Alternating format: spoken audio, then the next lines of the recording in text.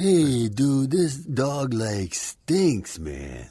Okay, groomer, do something about it, man. 5, 4, 3, 2, 1, 0. All engine running. Liftoff. We have a liftoff. Hey, all you pet stylists. You found the Groom Pod. Welcome to our virtual salon. My name is Susie, and I'm your host. I'm a mobile groomer from Seattle, Washington, and anyone who knows me will tell you I love to talk, especially about my job. One of my favorite people to talk to is my friend and mentor and co-star of the show, Miss Barbara Bird. Yo, girl, what's up? I just realized that this whole week, I think I've been a day off on the date. You know, I'm like, April 23rd. Wait a minute. I thought yesterday was April 23rd. So I've written the wrong date on all my cards this week. Welcome to episode 371 of the Groom Pod, recorded on April 23rd. Surprise! 2023 in Snohomish, Washington, and Tucson, Arizona. This podcast is brought to you by our kind sponsors, Best Shot, Show Season, Evolution Shears, Groommore, and Stasco. And you guys, if you go to our website, thegroompod.com, you can support us as well by clicking on the donation button for a one-time donation or joining us on Patreon. This week on the Groom Pod, it's Hair Repair Revisited, and that includes a definition du jour, glutamic acid. What's new this week is brought to you by Groommore Software. If you haven't found Groommore, you're missing out. Groommore is an all-in-one software solution for your grooming business. Whether you are a solo mobile groomer or manage several shops, Groommore has everything you need. 24-hour online booking and forms, routing, credit card processing, reminders, Google Calendar and QuickBooks integration, and so much more. And the best customer service anywhere. Shop mobile or house call, Groommore has you covered. And they're giving us a free month. Just enter GroomPod22 in the coupon code. I had a weird thing happen this week. No. You remember the cat that always bites the owner almost every single time I do him? And the guy's a truck driver, and it's a Persian, and it's grouchy, and I just did it fairly recently, and it scratched up my thumb. Yeah? Yeah, okay, so that cat, the lady sends me a text message and says, Gizzy's not acting normal. Something is really off with him. Is there a cheap solution for figuring out what's going on? He's like 14 years old, right? I said, at this age, I think really your only solution is a vet visit. You can try Banfield or Value Vet. I gave her some options in her area. But the cat is really difficult to handle no matter what. So I was feeling like I didn't want to send him to my vet anyway. These guys are fairly experienced Value Vet. So they did make an appointment and they took the cat in. It died at the vet. It could have so easily died on me with the way the man handled the cat. Oh, man, you dodged that bullet. Yeah. He had pulmonary edema. His heart was surrounded with fluid. And they didn't know. They knew something was up. The cat was howling a lot. I suggested more than once that they probably should get the cat checked out. That stress level that the cat faced every time we groomed him, that could have so easily been me. Easily. Oh, I know. You are so lucky, and you are so right to press to see the vet. You know, God, what if you hadn't? I know. And I groomed him again. That would have been me. Major stress would have been you. Yeah. That was a close freaking call.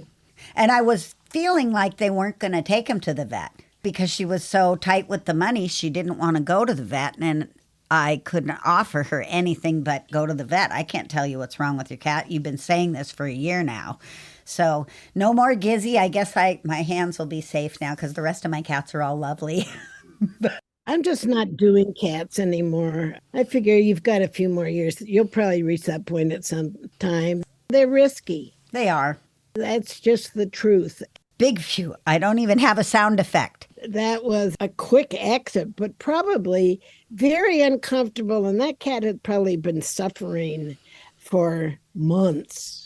Maybe longer than that, because they told me he had been wandering around the house crying And I know that they're on the top floor of a condo, so there's no other animals stimulating this. It was just him saying, I need help. And they wouldn't take him. Go take him to the vet. Take him to the vet. Take him to the vet. I sounded like a broken record. Now I'm glad I sounded like a broken record because after it happened, she instantly called me back and told me what had happened. She said, thank you for recommending that we go there. Something was very wrong with him, and he didn't make it even through the exam. So, Exit. yeah. Okay, in good hands. Bye. Yes. So my other thing that happened this week is I realized that my new water peeler that I got off of Facebook, the CNS water peeler, it actually makes a little bit of an annoying noise. It's different than the other one. It's different than Marlene's. Marlene's doesn't make a whine. This one kind of makes a whine. And some of the dogs really don't like it. And I'm sure it's the noise because it's not any different in the pressure. So that was kind of a quasi fail. I don't find myself using it. Instead, I've been using the old broken taped up one because it doesn't have the same quality of noise. And the other thing I figured out is now that noise is associated with the new table.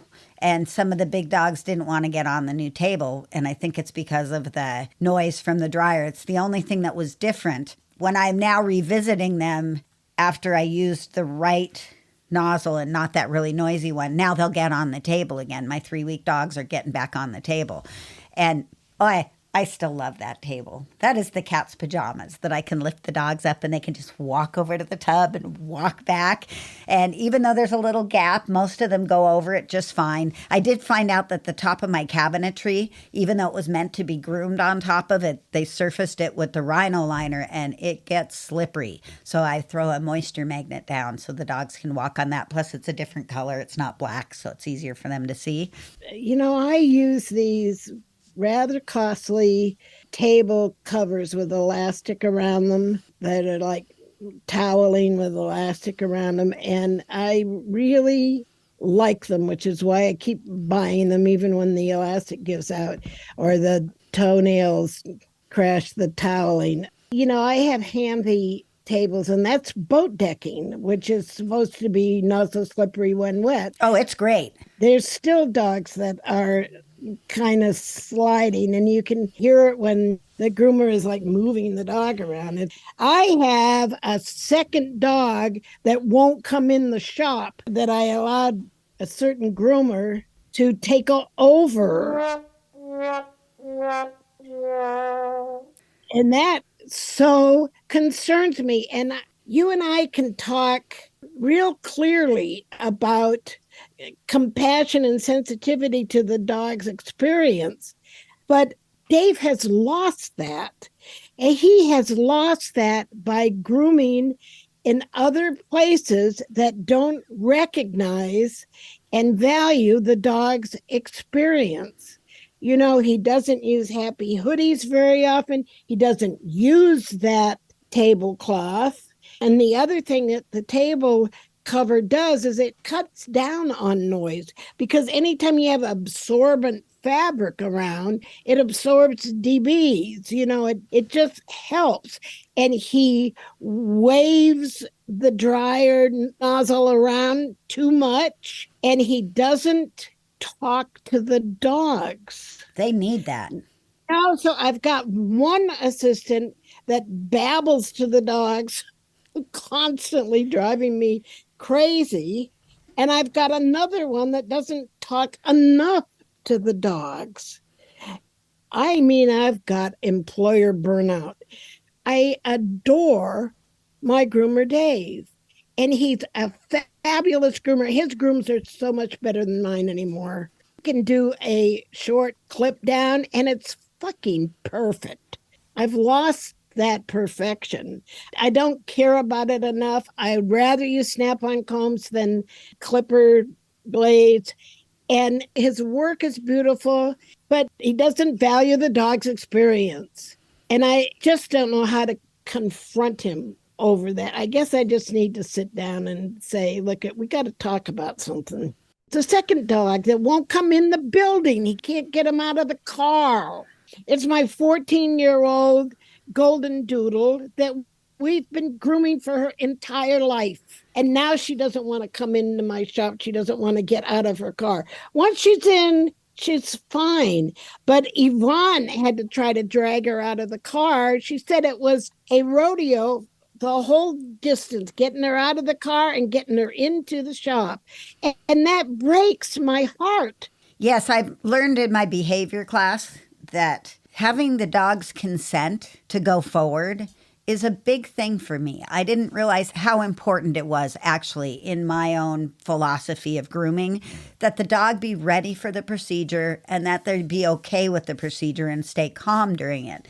And when I ask for consent, it's just a matter of, like in a nail trim, opening my hand and seeing if the dog pulls their foot away. If the dog lets their foot stay there, they're saying, okay, I'm ready to go. This is fine. If during the nail trim, the dog starts to pull their foot away, I check if they just need a moment. And oftentimes that's all they need. You just need to adjust their weight and then you pick the foot up and they go forward again. But you really do have to tune in. And when I'm drawing dogs, I touch the dogs often, not as I'm drawing them as a pet. Check in. I scratch behind their ears sometimes just with my thumb and forefinger because I know that they kind of like that spot, kind of know what kind of petting each dog likes. And I do a little bit of petting and, hey, we're doing good. And I just give them a little bit of feedback here and there. Good girl. And some eye contact, because oftentimes, especially with that standard poodle who's young, and it takes me a long time to dry her in my trailer. I can't wait till it warms up. We have the warm weather on the way. I'm so excited. Hey, it's so warm that we're now starting to hear about when is the cooler going to be on. I say, well, come on up. It's all happening up here. We're not even into the 60s yet. I know. I mean, like, I was hearing complaints about time to do the cooler, and she was also showing me real-time video of it snowing in Minnesota. Yeah. When I'm drawing a dog that takes so long, the golden retrievers, the big Australian shepherds, the few doodles that I do, I always notice when the dog starts to check out, you know, where they're just kind of standing on the table and staring away from you as you're drawing them. And I get their attention and let them know that I'm paying attention to them, not just doing this thing for an hour, you know, which is basically making you stand there or sit while I blow air on you. It's so important. The dog's experience is so important. It's like the biggest thing for me. I hear, well, it's just going to sound like complaints about my employees. I don't really want to do that. I just want to figure out how to get them the happy medium. I would like to get the one that talks too much to shut up some, and the one that doesn't talk enough to relate to the animals a little bit more. I think that he's not reassuring them that he's paying attention to them. And I'm not sure that he is paying attention. He's not paying attention to them. They're actually right. And there's got to be a happy medium. But I have to say, Susie, that if I waited for dogs to leave their paw in my hand before I clip the nails, I'd be sitting around all fucking day. I do it all day long. It's just my gift. I don't have a single dog that's going to just like, well, maybe I do and I don't know it. Yeah, you got to ask them. You'd be surprised. It changed my whole way of doing nails completely going into that class. These dogs that I have that won't let me do their heads, I can't just put my palm under their chin and have them rest it there and I then scissor their heads. It ain't happening. I'm working on that too. I'm transitioning on that. But it's what I do. It's my thing. But I can't scissor a poodle, so don't flip me off that much, you guys. She flipped me off. I'm going to tell. I'm telling. I'm going to tell our listeners that you flipped me off. So the other thing I found out this week is that some of the dogs actually prefer to be dried in the bathtub over on the table. Part of the problem with the table is they can back a little bit too far away from me. Sorry, I just snuck up on the microphone. That's probably annoying. I'll have to fix that later. They can step a little bit too far away from me, and I can't quite reach them comfortably. And I don't like that. That's my complaint. And that's bad for your shoulders. Right. So this week, I've started doing most of their drying in the bathtub. Unfortunately, I can do about halfway up a golden retriever and down in the bathtub without going way out of my ergonomic safe space. So I've been doing as much of the bottom of the dog where the water doesn't drip right back down on top of it, then putting them on the lower table and doing the rest of them. And that has seemed to be a little bit more successful because I also had dogs that didn't want to go in. I've never had a dog not want to go in the trailer. Once they're away from mom and dad's eyes, they'll all go in the trailer. But yeah, I've had some very subtle changes, and so I had to adjust the way I was doing things. But it's a learning curve. I have an ergonomic problem that I need to face in my shop at my table because I have a table that is in view of the front door. And dogs, they like to be a certain direction so that they can see the door. And when I change and try to move them around so they're actually kind of facing the wall, if they look to the side, they're just seeing the corner, inside corner of the building. They're not looking out the window. They don't like that. And so I end up walking around my table and sitting at the other side of my table. Well, that chair, it doesn't elevate to the same height that my grooming chair does. I'm doing too much work with my hand over my head. Right, over the safe zone. Doing their heads like that. And, it's kind of good for doing the legs and doing the underline because I can kind of see up there and I can lift the back leg up and get around the underbelly there, around the private area, the inner thigh area. It's good for that, but it's not good for the head. And I'm coming home and noticing that I've got sore shoulders. My table doesn't go down anymore. This is my old electric table that I've had for like 30 years, 35, 40 years, maybe even 40 years I've had this table. And it doesn't go all the way down, and I can't put it down low enough to be able to work on these heads. And so I need to get a higher chair. This is like years later, I come to the conclusion, God, you need to be in the same height on the other side of the table. This doesn't work for you if you're going to do it like this. You either got to turn the dog or you got to get a higher chair. I have the opposite problem that's making me laugh, actually. My table doesn't go high enough and my chair doesn't quite go low enough. If my chair went 2 inches lower, I would be totally perfect with this table, but it doesn't quite go low enough for the smallest dog heads. So I'm stubborn and I don't want to replace my chair, but it looks like I'm probably going to have to find one that goes as high. I'm just so happy that you're using a chair. Oh, yeah. Because I remember right here on the Groom Pod when you wouldn't use a chair, couldn't use a stool, never mind. See, I can learn too. I evolve. I'm not stagnant. I keep going. Yeah. I don't want to be stagnant. I want to keep learning. I don't want to stop learning. I don't want to stop improving. I don't want to stop changing. Yep. Except maybe I won't change my hair much anymore. Oh, I like it the way it is. She's got a really nice new hairdo going on. It's a sweep over to the side, needs a little more color, but it looks really sharp. I think that's all that happened to me this week. Nothing else exciting. So shall we move on? Let's move on to the real meat of the matter. Where's the beef? Let's do it. Okay, break first, and then we will come up with our hair repair revisited.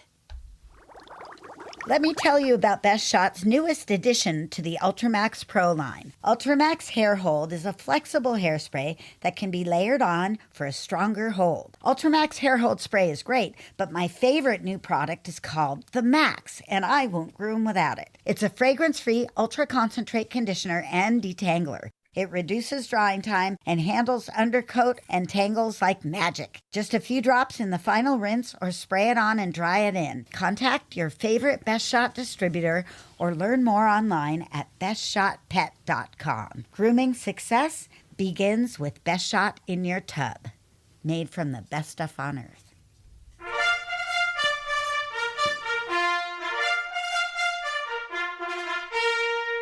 Ready, groomers? Here comes our first appointment. We have talked a handful of times over the years about hair repair, but As per the Groom Pod's motto, Better Living Through Science, there's always an evolution in thought and new things to learn and new stuff to talk about. So we're revisiting the hair repair issue. Barbara, I'm just going to pass it to you. Okay, so we have said time and time again that you can't repair damaged hair or damaged pet coat. That hair is dead. It's keratinized and hard dead keratin before it even hits the surface of the skin. But you cannot Spit it out, Barbara. spit it out. It's not nutritive. Okay, You can't neutralize it. What's the word? You can't feed it. right. There's really a limit to what you can do once it's damaged. And everything damages hair, especially grooming. I'm just going to say that. I have never said especially grooming. I've always kind of put grooming in the same category of things that damage hair as sun and wind and friction and blood. Well, grooming damages hair. And I will go into much greater depth in my forthcoming webinar on coat damage in June. But right now, I want to talk about hair repair. Can anything be done once the damage is there? And we've always said, no, only temporary things can be done to kind of camouflage and temporarily give a different finish to the outer hair shaft. Well, that's true, but science is evolving in a way that these superficial surface treatments of the hair are becoming more substantive. They last longer. They strengthen the hair more, so they prevent further breakage more, further damage. The ultimate damage is when the hair shaft breaks. But you can have hair shafts in a damaged coat that are like hanging by a thread. Yes, I have those for where my ponytail holder thing is. Have split ends. You can have a lot of frizz like I do, which I just call my cloud. I have come to embrace my frizz because it makes me look very goddess-like. Ethereal. Or witch-like, depending on your attitude. But I have come to embrace my frizziness. I never try to flat iron and straighten my hair. Actually, it's not attractive on me because of my face shape and whatever. I mean, I don't see it as attractive.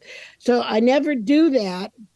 I have old, damaged white hair. And I do think that hair without melanin in it is more fragile than hair with melanin in it. And that's a scientific study that I'd like to see done, or maybe I'll look it up.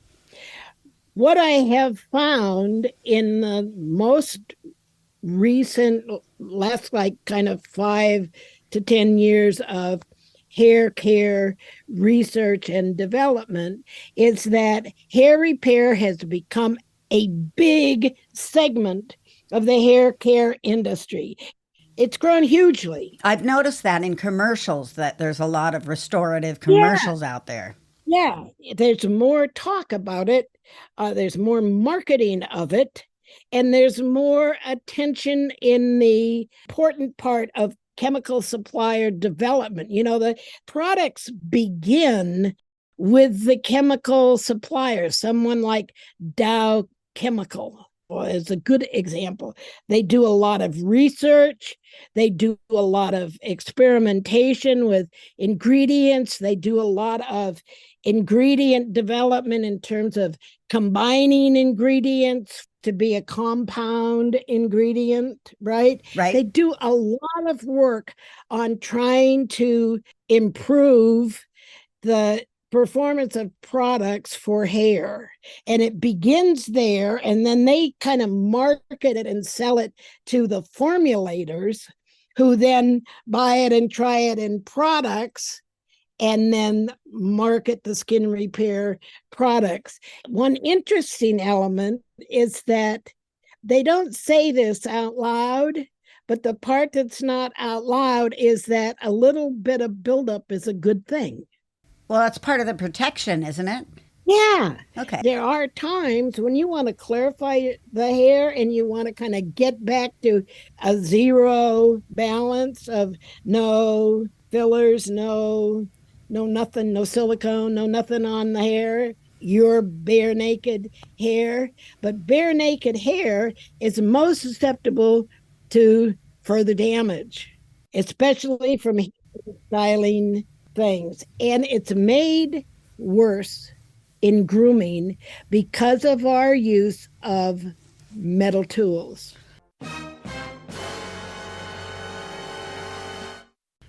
You never see, if you look at hair care gurus, they're going to say, and by all means, never use metal tools. They're not going to try to get you to use a metal comb or a metal brush. They're going to tell you, in fact, that it's more helpful to comb hair than it is to brush it. That brushing is the most, like we used to think 100 strokes of the brush a day. Yes. That is so old. That is ancient fallacy. It wasn't right in the beginning. It's not right now. I think people who were brushing 100 strokes of their long hair every day had a lot of time on their hands. Had a lot of hands. That's a lot of work. That is a lot of work. Why do you think we do use metal combs? Because our industry, our tools came from the farm. Okay. Hairdressing tools, they came from the bathroom. They were developed for hair. Even back in the prehistoric days, they had big combs, wide tooth. They didn't have fine tooth things. They had bone combs and wood combs. And they didn't use metal combs. Our tools come largely from the wool industry and were adapted to other animals in the farm and then moved into animal grooming in the home. We treat our animals' hair like it's wool. They don't groom wool more than once or twice before it becomes a scarf. And never when it's on the sheep. Well, they wash it. In 4-H, we used to. In 4-H, we would card the coat. Oh. That was these big, flat slicker. We would comb it all out, and then we would pat it down. We would make a level top line by patting the coat back down on the top, and so we would box it. We would make it be boxy. Yeah, we would pat it down with the back of this large rectangular slicker brush. So what's happening nowadays is that there's much more instruction on how to work with human hair than there is any kind of instruction about how to care for dog hair or animal hair, cat hair. Some things are kind of passed along by show people, but what gets passed along is a lot of mythology as well as important information, a lot of mixed information, some good, some bad. And most of it is just one person's experience. I don't think I've seen a really scientific grooming experiment, although I might not have found it yet. What I do find is that for humans, they're doing a lot of work on trying to find things that repair temporarily, but for longer periods of time, the broken and damaged areas of hair. And also, there's another big difference, and that's that more humans have long hair than dogs. Mostly a groomer's work is cutting it. How many full coated Afghan hounds do you groom? 0. No, but I wish I could go back with what I know today and groom some of the ones that I've groomed in the past. I once groomed for a retired Afghan breeder, and she had like 10 of them, plus 2 Shih Tzus, plus 2 Siamese. What are those long-haired Siamese? Himalayan. Something like that. Those long-haired Siamese cats that are pointed and everything. She had a couple of those. I wish I could go back and work with those 10 Afghan hounds, maybe. Maybe I wish. Maybe I ought to be careful what I wish for. I don't wish for that. No, please. My mistake. Universe. You got that? Yeah. Take that out of the universe. Take that out of the universe. I'll let somebody else do it, and I will instruct them on the study. But it's true. We do not regard hair as precious when it's on an animal and we're grooming it as when it's a human. Hairdressers are careful with how they put product in the hair. They squeeze conditioner through the hair instead of rubbing it. There's very little rubbing of hair if you're a well-educated hairdresser. Drying is done by pat drying, not by rubbing. Everybody knows that dogs like to be rub-a-dub-dub in the tub. But if it's a bearded collie, it's a bad idea.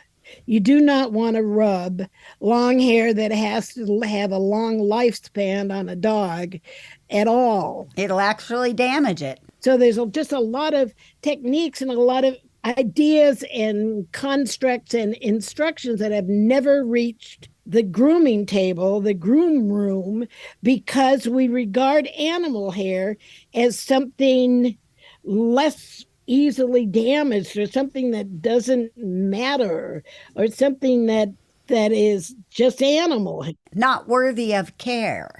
Not worthy of the same attention. And I saw a meme, a groomer's meme that said, you can't be mean to dog hair and expect it to look like a Louis Vuitton purse. You know what I'm saying? Uh-huh. You're not going to get that result. And we don't pay attention to that. We have not been instructed to pay attention to that. And we don't even know the truth about everything that we're doing to the hair that we're working with. We yank mats out. We do. We use those serrated, ugly freaking saw tools to saw through mats without any regard about how that's leaving the hair that was in that mat. Tangent. I did my English cream retriever, also known as a golden retriever. And I looked at the dog and I was like, oh no, I thought she threw that freaking Furminator away. The dog, all of its hair is about 1.5 inches long now. And it stands up like a Brillo pad. She's broken so much hair off of this beautiful golden retriever's coat. And I've talked to her about it, so I have to let it go. Plus, she's in her 80s. She's really getting that coat out of there in between groomings. Every time somebody says, I did something or other with a Furminator, I say, throw that thing away. We've had this discussion, this lady and me, we've had it, and apparently she doesn't get it. What you need to say is, would you use that on your hair? And it's, would you use that on your hair? Would you use that on your mother's long hair? No. So we need to start treating our dog hair, if we care, if we're trying to prevent damage. Yeah, if we're trying to prevent damage. And so I really need to reach out more to dog show people and try to instruct them on hair damage and hair care, because they're just making it up. I know I'm way off the hair repair thing. I'm into hair damage, but that's where I went. And I watched a top-notch, top of the level handler at a show take a Havanese out of a crate and start ironing its hair with a hot iron without any kind of protection sprayed on that coat. And at the same time, bitch about how the dog had been taken from his care and given to another handler, and the other handler ruined the coat. I had to just keep my mouth shut. That's a tough one. That was hard. It was a growth moment. It happens at the show, but if you watch someone with a fragile coat like a Maltese in full coat, they are being so careful. They're being so kind to that hair at the dog show. That dog will be laying down. They will be line combing it. They will be spraying it. They will be loving it. They will be picking mats apart. You can do a lot of fast work at brushing and combing out a coat if you use good products and good drying technique and use things like the Pinello comb. The Pinello hybrid brush comb is the best first level of action for doing long coats. You should break it apart with the Pinello comb. It's not going to damage the hair nearly, and the dog is going to tolerate it a lot better. But let's talk about repair. So we have not even seen the beginning of hair repair in the dog grooming industry. One of the ingredients that has been used in several of the really top level hair repair product lines is glutamic acid.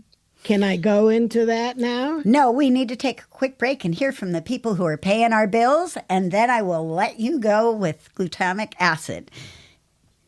Sometimes my clients don't like a walking air freshener. When these crazy people request a scent-free option, I go right to Show Season.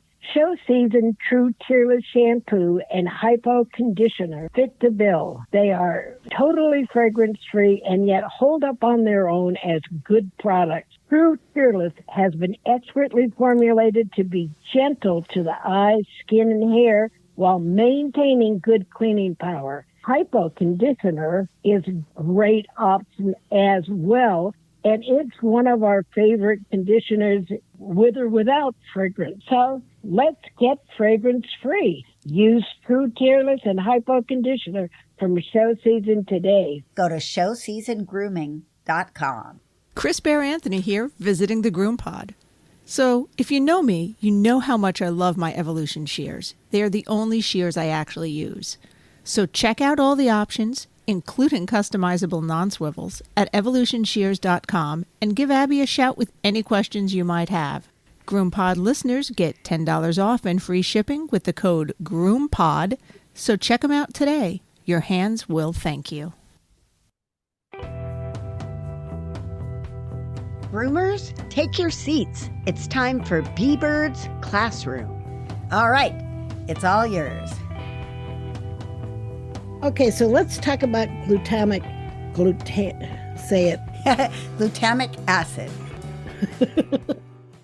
Glutamic acid is a non-essential amino acid, part of protein, that's important to hair. And it is found in some of these hair repair formulas. Not all of them. There's a lot of different ingredients that are helpful. But one of the things that pops up kind of repeatedly is glutamic acid. And I first found it in the Pantene rescue shots that I've reviewed before and that I really like. It's in other hair repair products. And I looked through a number of top level and dog conditioners, and I only found glutamic acid in one conditioner, and it's Chris Christensen Spectrum 10 conditioner. So isn't that interesting? You see these ingredients, and I'll have to inform you that silicones are a big part of hair repair products, especially cationic silicones, as are cationic proteins. Cationic are ones that are called quats, and they say like hydrodipronium, anything that has IUM in it is a quaternized ammonium compound that has been made particularly substantive to hair. This means that it can build up. Okay. But here we go again.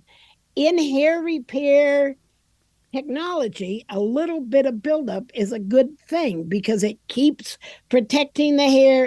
You will see in marketing for some hair repair products that it will say you get further strengthening every time you use it. What is that saying? That's saying a little bit of buildup is a good thing. Yes. That's what they're saying, even though they're not saying that. And then you can reach a point where buildup is too much. The hair looks mushy or stringy or whatever, and you need to clarify and go back to go or back closer to go. But there's going to be quaternized proteins. And by the way, pea protein contains a high level of glutamic acid. Oh. One of the reasons I was disappointed when iGroom reformulated and took out the pea protein ingredients, there were a couple of them in the original charcoal keratin formula. They ditched them. They ditched their glutamic acid. If you would like to just kind of take a look at modern hair repair technology, go to Croda International, CRODA. They're a chemical company that's very innovative in that area. And you can read up about some of their ingredients, including their pea protein ingredients, which are used in their repair formulas. There's a lot of information there if you're geeky about this like me. And if you aren't, just tune in to me and I'll try to keep you informed. But pea protein is a good thing. Some time ago, a couple of people asked on the Groom Pod discussion group on Facebook, what would I put in my own shampoo or my own products if I formulated them? Yes. And I refused to answer the question. I just ignored it. And that's because the company's secret, people. Maybe someday I am going to formulate my own products, and I'm not going to give away the ingredients now. All right. Pea protein would be in there, Okay. as would glutamic acid. I love drop-coated breeds. I lived with Lhasa Apsos for years. I now have Maltese. I love the fluffy hair. I love long hair. I now have long hair of my own. I like caring for the bearded collies that I groom. I would groom an Afghan hound. I love it. I love dog hair. I love to work on promoting a healthy long-haired coat. And what we need to recognize about long-haired dogs is that that hair has to last for a long, long time. And this is even true of double-coated dogs like Huskies and Malamutes and those northern breeds, those German Shepherd coats, those primary hairs, the primary coat, the dark, thick, colored hairs, they stay in a resting phase. They grow out to a certain length, and then they stay in a resting phase for sometimes as long as 7 years. That's a long time to have to protect the hair. Yeah, so they're subject to a lot more what's called weathering or aging of the hair cuticle, which is another word for damage. Weathering or aging is associated with chips and cracks and openings, holes in the hair cuticle, so that it becomes less and less hydrophobic and water repellent and more hydrophilic and takes on water and can become mushy. So double-coated dogs are very interesting because they have a lot of these finer less well protected undercoat hairs. The undercoat, you can look at it. You can look at 2 or 3 hairs from the primary hairs and look at a handful of undercoat and see what the difference in dimension and property is of those two. You can undercoat hair is so easily damaged, and that's why it mats up in there so much more than the primary coat mats. The undercoat mats up because it's so easily damaged, and even shampooing without conditioning can damage that coat. And UV radiation can damage coat. That's Those the sun, dogs- folks. What? That's the sun, folks. The sun. Sun is damaging to our hair. It's damaging to animal hair. It can take a black chow and turn it brown. I've seen that. Seen it, been there, seen it. There's nothing you can do about that. You can dye it, but hair dye does damage too.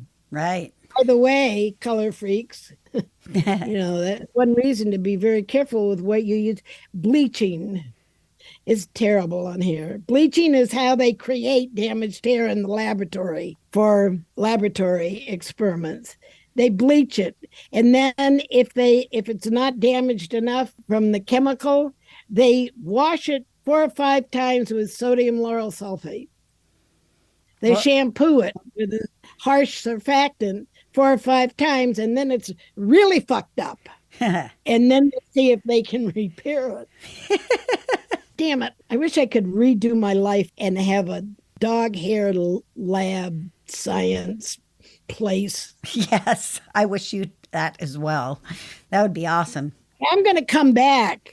I'm going to come back as a dog hair scientist. I promise you. If I can't come back as a dog hair scientist, I ain't coming back. All right, then. I'll go with that.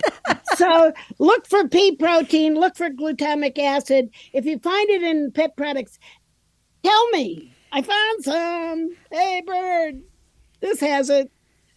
We want to know. Yes. Good stuff. By the way, just a few minutes before we went on air today, I discovered a study of mice. Mice hair has historically been studied to gain information about human hair. I saw a study, a multi-dimensional study of mice hair that showed that glutamic acid applied topically promoted hair growth. Promoted hair growth. Now I got to try it on Bandit with a bald tail. Yes.